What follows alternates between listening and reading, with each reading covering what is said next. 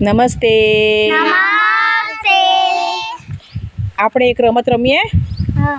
જુઓ, આપણે શબ્દ ઘંટીની રમત રમવાના છીએ, બરાબર? અહીંયા તમારે શાકભાજીના નામ બોલવાના છે. ધારો કે પહેલાં રુદ્રસિંહ નામ બોલશે. એ જે શાકભાજીનું નામ બોલે તેની સાથે બીજા શાકભાજીનું નામ તમારે બોલવાનું છે.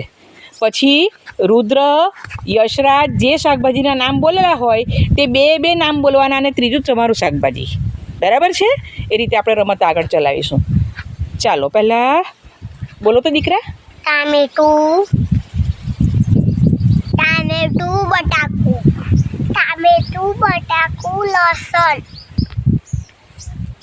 ટામેટું, બટાકું, લસણ, ડુંગળી, ટામેટું, બટાકું, લસણ, ડુંગળી, મરચું, ટામેટું, બટાકું, લસણ, ડુંગળી, મરચું, રીંગણ, ટામેટું, બટાકું, લસણ, ડુંગળી, મરચું, રીંગણ, દૂધી,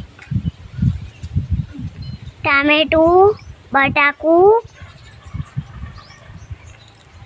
લસણ, ડુંગળી, મરચું, રીંગણ, દૂધી, મેથી.